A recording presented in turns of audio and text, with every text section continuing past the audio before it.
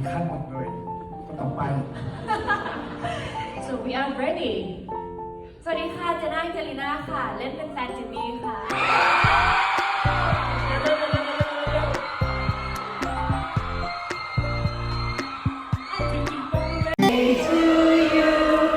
Happy birthday to you. Happy birthday, happy birthday. Happy birthday to you.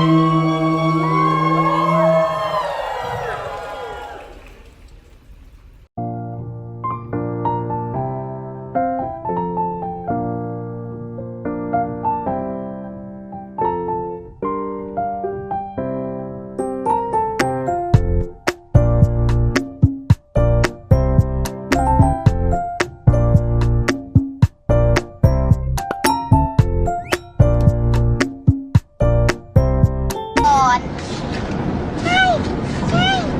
ใช่ไหมขวดน้ำใช่ขวดน้ำเป็นเพื่อนของมังกรขวดน้ำเป็นเพื่อนของมังกร มันเป็นสิ่งที่หนูชอบมาตั้งแต่เด็กๆแล้วค่ะ คือเหมือนตอนเด็กๆห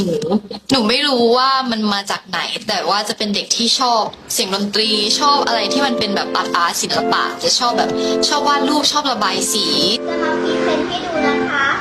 ว่าหนูมีความสามารถจริงหรือเปล่าเนี่ยค่ะ เริ่มแรกเป็นหน้าปกนะคะ